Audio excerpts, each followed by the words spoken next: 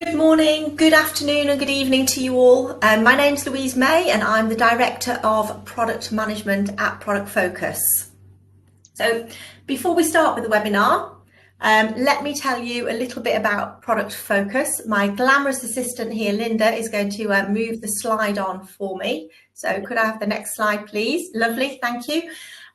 So what we are going to be looking at today is market models, and Linda's going to be presenting all of that to us. However, let's have a look at some of the buttons on the screen first. You can play around with the size of the presentation. You can maximize your window at the bottom. You can hide the question panel on the right if you prefer. And next slide, please, Linda. And you can also download the slide from the apps or the More button. So if you select handouts and download, then you can download a PDF of the slides from the webinar as well. And next slide, please, Linda. So a little bit about Product Focus. We have got a world-class training. We are very, very proud to say that we've been leading product management training or the leading product management training organisation in Europe. We've been operating for 18 years and we've got 3 levels of training. The product management, product marketing is a great foundation or refresher course that's open to everybody. The advanced practitioner suite of courses, they're there to support product managers throughout their careers. And our 2 latest courses are driving product growth and AI powered product management. Both have received great reviews. And then finally, leading product management is for product leaders who are already leading a department and want a more of a cross-functional strategic leadership course. We've got excellent Trustpilot scores and we average 4.8. So that should give you a reassuring indication of the high quality of our training. And next slide, please. We've got lots of training and resources. We've got a toolbox. I'll go through that at the end as well for you. But before we move on, I just want to say welcome to you all. Welcome to Linda. And I'm going to hand over to Linda now. So good luck, Linda, and off you go. Thank you so much, Louise. So just a few words on who's speaking to you now. I'm Linda Kjær Petersen. I'm one of Product Focus senior consultants for the past 4 years. I've had that role. And I've been an independent consultant for the past 6 years, basically practicing what I preach for direct clients within their product management team, helping them out with various things. Some of the important tasks I've had is to actually create a couple of market models that we'll be looking at. So, but prior to becoming independent, I have had 15 years or more actually in the trenches within different product management roles, typically, or the companies I've been with have been global players within consumer electronics, medtech, B2B software platforms. And as a consultant, I've come across a number of different companies as well. So the accent you hear is Danish. I'm from Copenhagen, Denmark. And yeah, if you want to know more about me or connect with me, I welcome any LinkedIn connections as well. So I have a slight cough, so I'll try to mute myself if I need to cough, but I hope you'll bear with me during this. I'll do my best not to let it get in our way for this webinar. All right. So let's look at what a market model is and why it is relevant. I tried to make a very short description or definition of a market model here. So a company-wide aligned model that shows the addressable market size that for your company and for your products, and also your company's size and share of that market. For it may not be directly on product level. That depends on the size of your organization, how many products you have, or if you have maybe one platform product. But having a market model enables product managers to easily break down that market model to a relevant product level. And ideally, a market model should include the past, present, and future of these two things above, the addressable market size and your company's share. And I really believe that it's important to have both the units and the value as part of your model.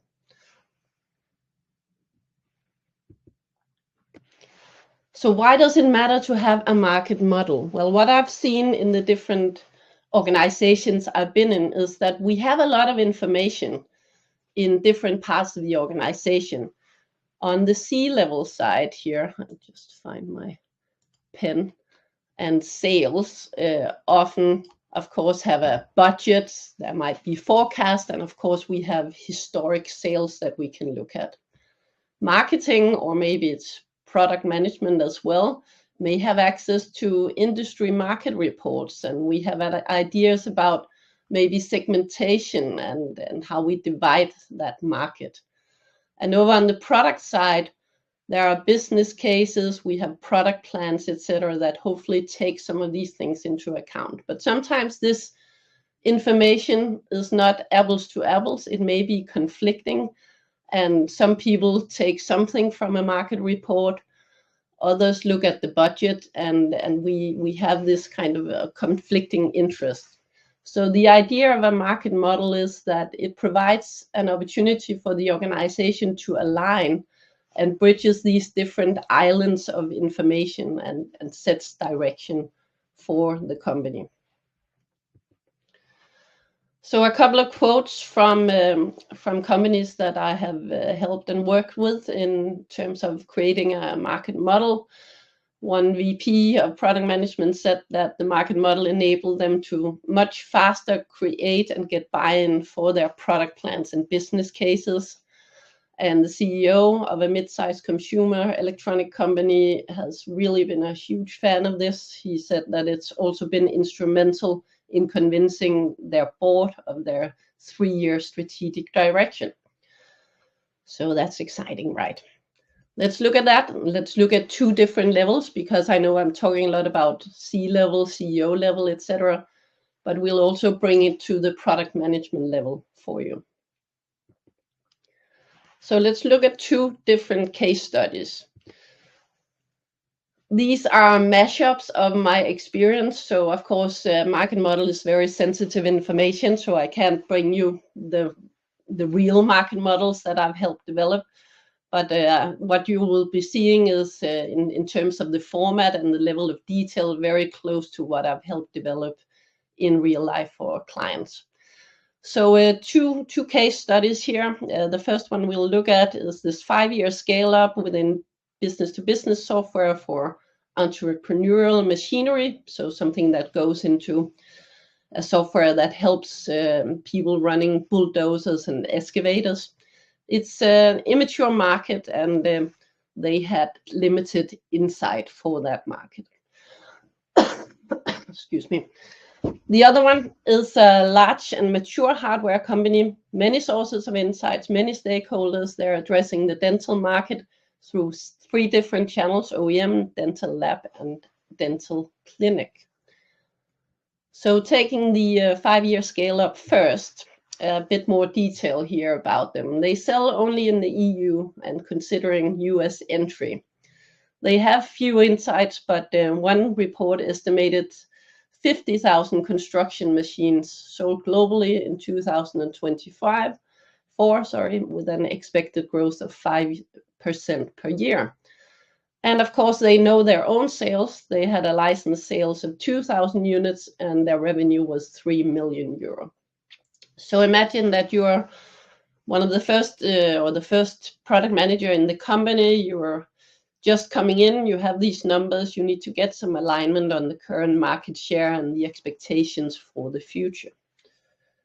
What I would suggest that you start with is using a model that some of you may be familiar with, especially if you've been on our essential course, which is, this is a slide from that. It's called the TAM-SAM-SUM model. And here we look at 3 different levels to try to get down to a realistic sales target in the yellow, as you see. So TAM is that total addressable market for the product or service that your company is providing. And you would want to look at both revenue potentially, but also very importantly, the units, whether that is customer numbers or, you know, the right metric that your solution ties up to. So in this case, it would be the number of excavators and bulldozers out there. That's what you'll be looking at there. Excuse me for a moment.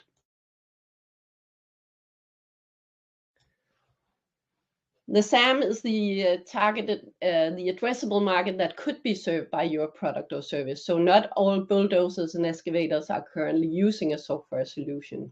So that's the addressable market. And then the SOM, the serviceable obtainable market, is what is realistically achieved by your capacity to sell and service. So currently you're operating only in the EU.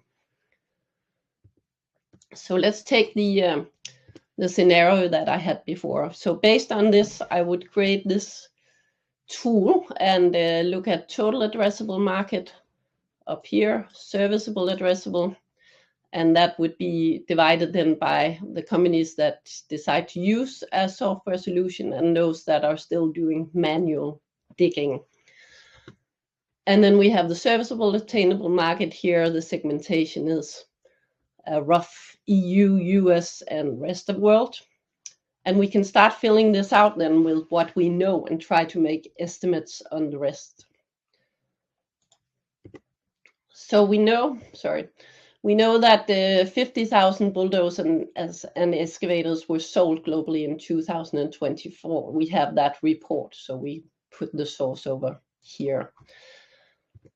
And we also know our sales, 2,000 units in 2024 at $3 million, meaning that we would have an average license price of 1,500 euros. So what else do we know? Well, we have some channels. We can talk to them. They confirm that they see us as having around 25% market share. Well, that must mean then that the EU is roughly 8,000 units, right? We might have some insights as well saying, well, we believe EU and US is the same size, rest of the world is smaller. So we agree on some rough numbers for those parts of the world. So that means that the serviceable addressable market here is around 20,000 units. Excuse me. And of course, that currently there is 30,000 bulldozers and excavators that are not reachable for us, but potentially that will change, right? To get to the revenue part, we might have some insights as well on the license price at 800. We know that EU pricing is higher. And then we can calculate our market share in the EU on value, right, by dividing the 3 million with the 8 million, meaning that we should have around 37%. So, you know, building this and making the first version, so really see this as a rough first version that you maybe as a product manager, based on the insights you can get, you develop a first version and then you go around and sanity check things. Is really, really helpful for your alignment and for the future. And you can have some good discussions both around how you segment your market and what the future holds. So for example, do we want to go look at the US first? And is it really realistic that we actually have a value share of 37? Are we maybe too high priced in general to get to more market share? Are we missing out on some things if we don't have maybe a tiered pricing approach? So that can be a quite great communication tool with your internal stakeholders to have in a one-page format like this. So I think I've already said what's on this slide. Create that first version, focus on the past year. That's where the most knowledge is typically also within the organization. Sit down with your key stakeholders to adjust this together. And as I said, it really helps in aligning on the strategy. So after you have this, you can then start expanding this as a model for the future. What do we think will happen with this 50,000? Can we get some insights to see what the growth rate is here? do we have some predictions about the numbers that are starting to use a software solution, etc. And then you can start making predictions about your future and your sales levels for the coming years. So remember, these numbers are rarely perfect. The value of the market model is to achieve a shared version of the truth. So let's look at the second scenario here, something that is quite close. It's not the same industry, but a company that I worked with last year developed the Excel that you will see in the coming slides. But the scenario that I've put up here is that you're the new director of PM in a company that sells hardware products targeted at different dental market segments. You have different sources of insights, different analysis reports or industry analytical reports. You also know the past 3 years historic sales numbers per segment. And there are a lot of stakeholders with opinions on the market share, growth, etc. So some good insights, but also alignment is required. So your CEO wants projections of the company's future revenue. You need to justify that dental clinic needs more resources. It's not a large segment for you as a company now, but you hear that it's growing. And your operations director is seeing that unit sales has dropped a little, and he wants input on the production capacity for the coming years. So I'll now, the next 3 slides are a bit heavy on the Excel, so don't be overwhelmed. I'll highlight to you what is relevant, and if you want, you can download the slides later and have a further look at it. So what if you have this, a model for the total available market for OEM, dental clinic, and dental lab. So this is the value of the market that you are addressing. And you have also, after going through the motions of putting the market model together, you now have an idea of your revenue model. These past 3 years are already clear, so you should be able to put them in immediately, right? And then the idea of the market model is that you work with your stakeholders to understand what does our future look like.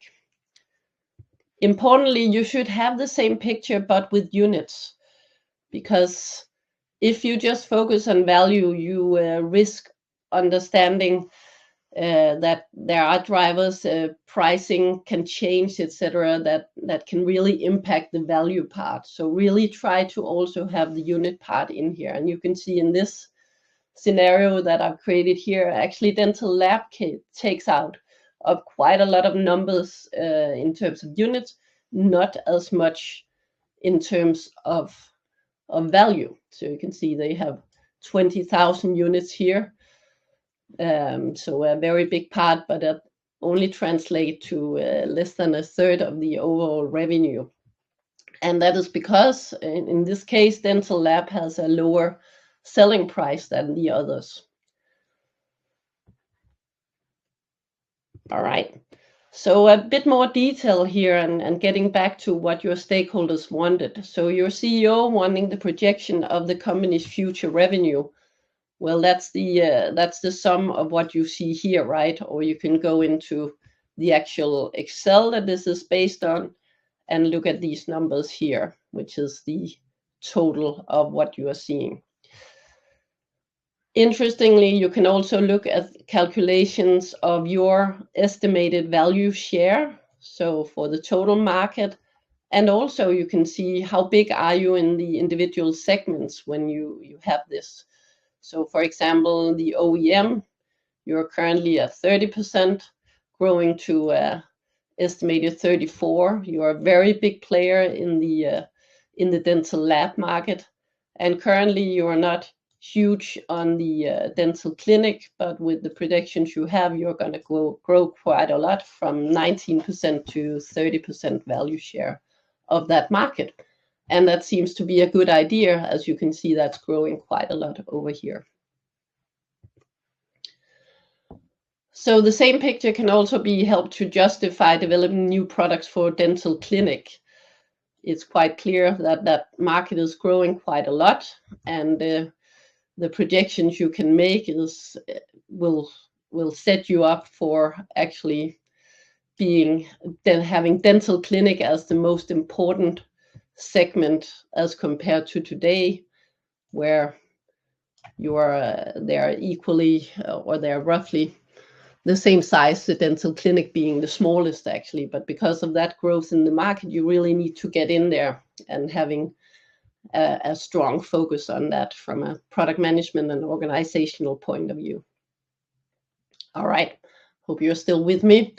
The unit side here is important for many things. In this case, I had a scenario where the operations director wanted to know what is the production capacities you should plan for in the future. And you can see those numbers here, right? That's what we expect from our numbers. So it's declining slightly. And we can also look at that we actually have quite a high unit share due to our high share in the dental lab market. Finally, when you have these two sides of the coin, so the unit and the value, it's very easy to also look at the average selling price of that market. So this comes automatically, basically, and that's another justification for dental clinic. We can see that dental clinic by far is the most valuable part of the market in terms of average selling prices, right? And because that market is growing, the overall market price is also growing, whereas the other ones are quite flat. So we as a company need to get in there and get to that valuable part of the market. So currently we're actually underperforming in terms, we are a low-end player is what this shows, right? We're at 11 in ASP versus a market ASP of 13. So we need to maybe enhance our portfolio and get some more high-end product in for dental clinic is what this would tell me, among others. All right, we are done with the hefty Excel part here, but I hope you see the power of what this can do for you once you've aligned and put this together. But how do we get there? How do we create such a sophisticated model, and how do we maintain it? Well, getting to a full market model, as the one I showed you in the past slide here, typically it does require dedicated resources. Maybe you have a market intelligence department put together, or maybe you get outside help. That is where I've been into some companies helping them put this together, because it is quite a lot of legwork in the beginning, and it does need signing off, of course, by typically the CFO, CEO level to actually do this. So putting this together, my experience is that first, look at the data you have, right? You have your sale numbers for sure, right? Look at the last 3 years. Are they clean? Can they be split by the relevant segments? That is where I would start. Do you have some industry market reports? Some companies have more than one. I'll show you an example of that a little later and how you handle that. And maybe you also have some actual sales data for the segment from your channels. For consumer markets, you may have Amazon data for the full segment. Maybe you have NPD or Circana data. So those are the ones that actually gives you information about all of the sales in retail channels in the US, and GfK is the same in the EU. For business, it's not that easy, but it's more of a maybe a bottom-up approach, like we showed in the excavator bulldozer example here, where you try to do a bottom-up and get an idea of your market share and then calculate that full market from that. Collect those sources in a digestible format. I'll show you that on the next slide. And identify who are the key decision makers that need to give input and sign off on a model like this. And finally, show that data as version 0.1, 0.5, and together with the decision makers, decide on the sources you believe and what is the model for the future, especially aligning on the total addressable market level that you are showing. Are you showing all the bulldozers or excavators in the world, or do you know for the coming 5 years, there's no way you'll enter the US market? Well, maybe it makes sense to define your total addressable market as just the EU. That might be the case. So make sure you are aligned on that as well. So I mentioned having different sources and how you can present those and align that with stakeholders. So this is a real example that I've kind of anonymized from a client. They had commissioned a report looking at their market, but they also had other sources that they wanted to compare that report to. So the one in bold up here,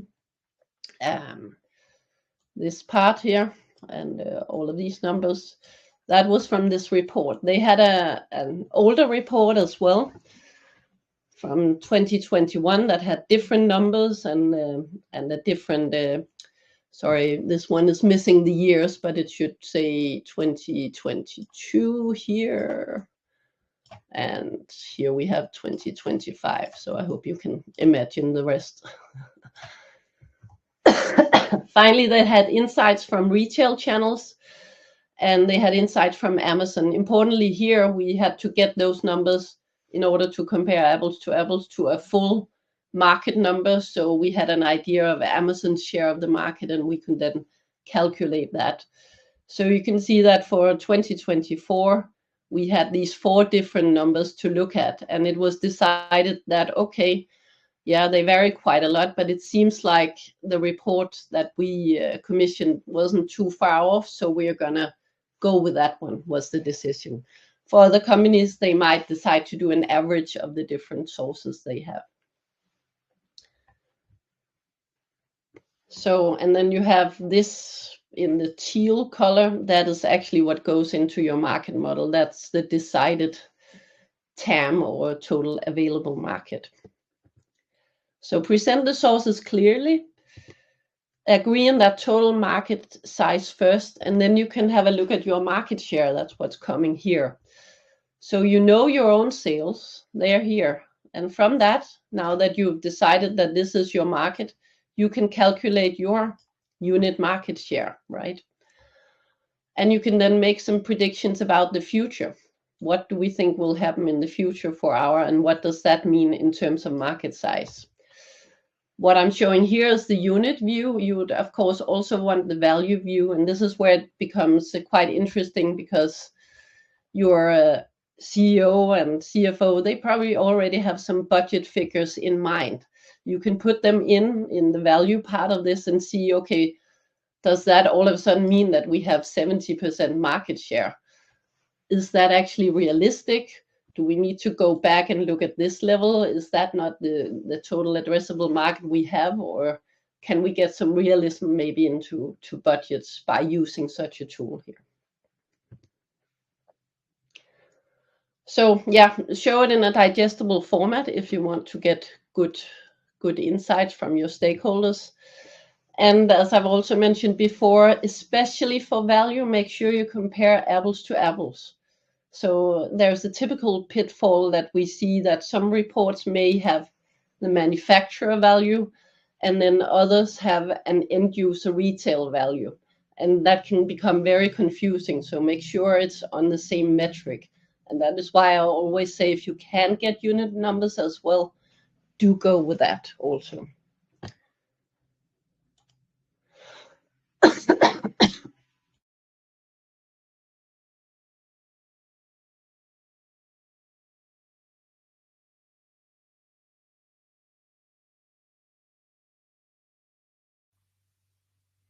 Linda, could you come off mute? Oh, sorry. I was coughing and didn't unmute myself. I hope you hear me now. Yes, we can hear you now. Thank you. Okay, thank you. Sorry. All right, a few words about maintenance. So establishing the market model is great. Maybe you're hiring in external resources, you're dedicating resources to get all of this up and running, but really anchoring it and getting buy-in and making sure that you have an update frequency, a cadence to maintain this is just as important. In terms of the frequency, that depends a bit on your industry cadence. How often do you get new reports, new insights? How often do you check sales numbers? And when is it actually relevant to update it? And what are the internal resources and their availability and commitment to update this? And when can you actually get in front of stakeholders to approve that this is how the picture looks now? This is our version of the truth. My experience says that typically we have a big yearly review and then either quarterly or maybe more realistically some biannual adjustments. Of course, a lot is happening in the world right now. So the companies that do have a market model are probably looking at taking a hard look at them now and may decide to say, okay, perhaps our addressable market, we need to adjust that down by 20% for some of our segments or something like that. What does that then mean, right? What does that mean in terms of our value share and our expectations for the future in terms of sales? So it's a good way to also have those discussions as well. And as I said before, buy-in at the highest level is critical for this, especially for the full-fledged model that I showed you before. But what can you do on the PM level? Well, when you have the full model there, it is really ideal as a background for your business case. It really enables you to say, hey, I'm making a new product for dental clinic. This is the total available market we think there is. We are expecting to have a full market share of 20%, and this new product is going to cover around 7% of that potentially, right? And everybody is already aligned in other meetings outside of the business case with what is the total available market for this. It can be a good asset test. In one company I was with, we had a lot of business cases addressing all the different segments and many within the same segments.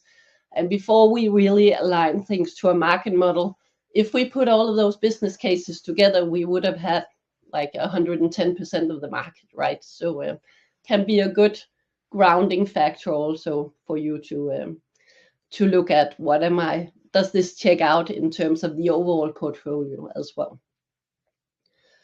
Put it to use if you have it. Really, my experience is if you show some of this high level, especially the stack graph that's on this slide, it helps your teams that you're working with internally understand why are we changing things? Why are we turning towards dental clinic? Really helps with that why. But it is sensitive information, so make sure that you are aligned on which level of detail you're allowed to disclose to your internal stakeholders. Excuse me.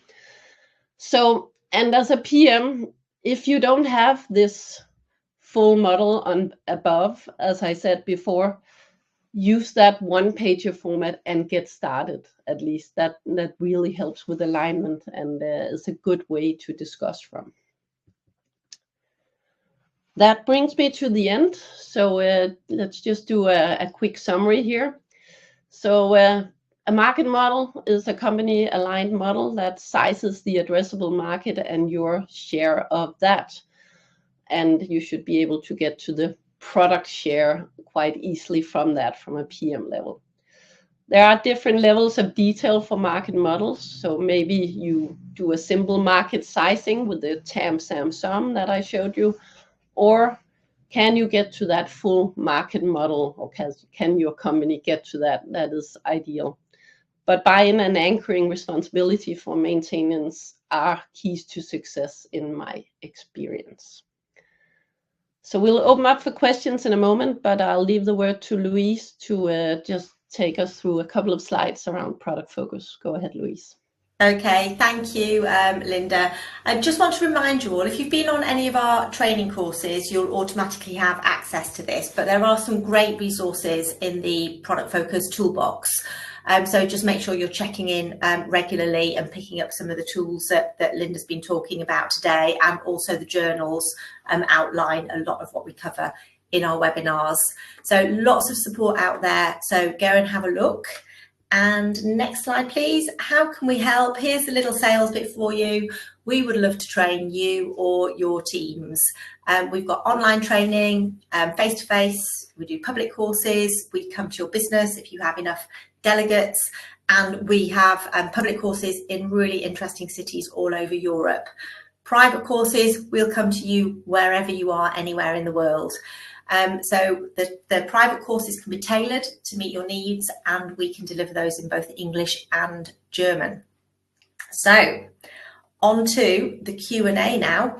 You can, in fact, in case I just forget to say this at the end, special thank you to Linda. You probably noticed she's been coughing a little bit. She's been really, really poorly for a couple of weeks. So I think to get all of this ready for you and be able to talk all the way through the webinar, she's done a great job. So thank you, Linda.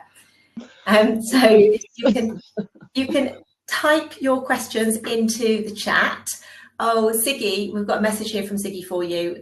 Great work, Linda, as always. Need to go.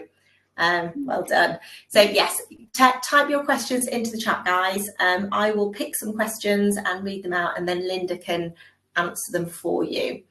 And I've got one already that came in earlier. So while you guys are typing your questions, I want to pick up on this one, and that is Bettina. My PM lead and CEO are not very keen on numbers. They're all about the latest innovation. How do I convince stakeholders that this is a tool that we need? Yeah, great question, Bettina. I've been in similar situations, and one thing you can do is start with that very simple one-pager format. Most people can relate to that, even though they're not all about the numbers. But another tip can be to actually go to your CFO first. He or she are often quite keen on this part, and really you can get really good buy-in. So maybe you can use them as the lever to get your CEO and your manager's interest in this as well. So yeah. I've got another one here as well, which is, in fact, I'm going to combine two. I've got one from Harold, which is why the interest in units. Aren't most companies all about the revenue? But I'm going to combine that with another question, because I think you're going to answer both in the same one. Karen wants to know, how do you recommend handling conflicting information or conflicting market data from different sources when you're building a model? So over to you, Linda. Yes, I think I'll refer us back, maybe if you don't mind, to what I showed here, right? It's a bit messy, so I'll just delete this part here. Presenting those different numbers that you have, the conflicting information in a digestible format up here. So these are the 4 different sources we have. These are the numbers that they come out with. And basically leaving it up to you can make a recommendation. But what I did when this was the case was that I left this part blank, the one that goes into the numbers, and asked our CEO and CFO, who were the main decision makers on this, okay, so what should we go for? So basically letting them have the decision and the power to say, this is the source that we will go with, or we'll do an average of all 4 because we think they're all 4 have validity, or you could have a weighing, etc. And then the thing about the units, I think units is important also to make sure that you're talking apples to apples, as I mentioned earlier, right? So sometimes really make sure that those sources you have, often they start with value, because that's what most people are inherently interested in. Can we earn a lot of money on this? But if they're not on the same level, are they talking manufacturer end user value, for example? Are they talking parts of the market or others? you'll need to get that with some estimates to the same level. So I hope that answered it. I know you are keen also on units, Louise, so if you have something to add, you're welcome. Yes, I think units is just the best starting point. Everybody wants to pull you straight to revenue, and revenue is really misleading. If you talk about market size in revenue, what does that mean? Because it obviously depends on the unit price, etc., market volatility, and so I think revenue is a really poor choice when you're sizing your markets. I think it has to be done by units, potential units available, or if you're in a business-to-business environment, how many businesses are in a specific segment, that's your target. And because from then, it's easier to agree with your stakeholders what those unit values are, what that raw data is, and everybody's much more likely to agree because they know that ultimately then those unit numbers drive the sales targets at the end of it. So I think it's a lot easier to align people on unit numbers than it is on revenue. It's more objective, it's less emotive, and it's a much stronger starting point. I've got another question here. I did answer one of these questions in the chat, Linda, and I gave probably quite a weak answer. So I'm going to hand it over to you as well. And this is about tools. Mark and Karen both asked, can you recommend any tools for building and managing market models? Particularly, one question was around more complex and non-homogeneous markets. Another question was around low volume markets. And so I gave a standard Excel answer. So do you have anything better that you can suggest, Linda? No, I'm old-fashioned that way as well. Excel has been my go-to for this for sure. But building the model in there takes a little while.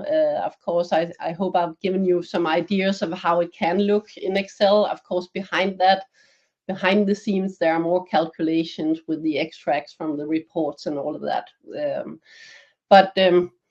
I have been, I know you just conducted an AI tool as well, Louise. I've tried to play around with things, and AI can help you to an extent, but I still like to really understand the numbers that are in there. So I haven't found the ideal AI way to have it magically do things for you.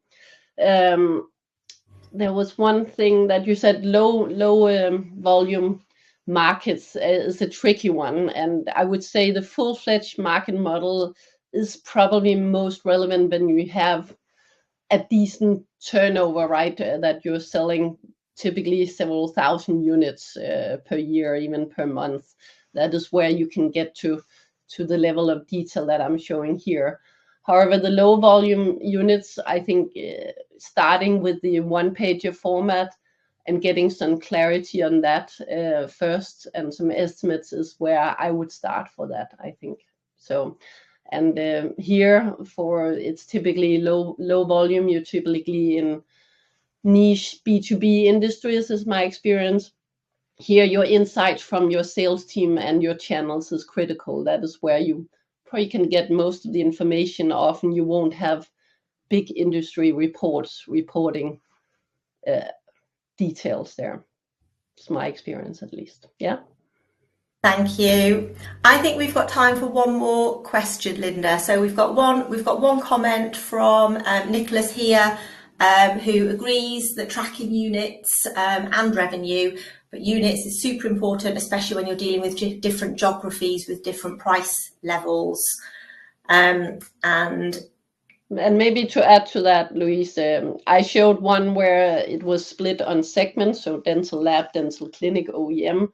In other cases, I worked with, because it was a truly global company, where we split it per region, and even then it gets complicated. But for large organizations, it may be relevant that you even have segments per region, and that level of detail can also be needed in some cases. Yeah. Yeah. And the final question then from Peter, how do you handle a situation when external data has wildly different volumes for supposedly the same market? And that question's cropped up 2 or 3 times from different people as well, Linda. Yeah, of course, you will have to, if you can, assess the validity. Which source do you trust the most? And then, as I showed in the slide, I just rewinded back to align those sources up against each other, see what they look like, and get together with your decision makers to say, okay, this is the picture we are seeing. What do we believe in? What version of the truth do we want to have as a company? So it's not ideal, obviously, but again, it's a science, but it's also an art. And it's about getting alignment and saying, instead of having to discuss this when you're with, presenting a business case, that you have your CFO referring one source, you have your CMO referring something else.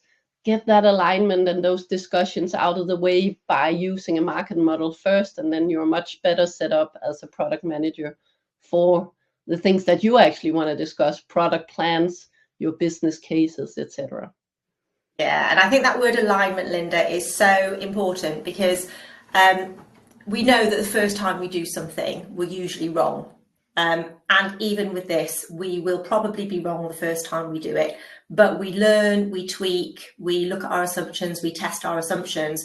But as long as we have that alignment, then everybody's with us. And as we learn more, we tweak and tweak and tweak until we've got something that we're all comfortable with. But throughout that journey, we're aligned, because most importantly, we need our product objectives, targets, success criteria to be aligned with sales success criteria. And the only way to do that is if we've got that alignment on the raw numbers before we start then overlaying revenue forecasts, sales forecasts on that.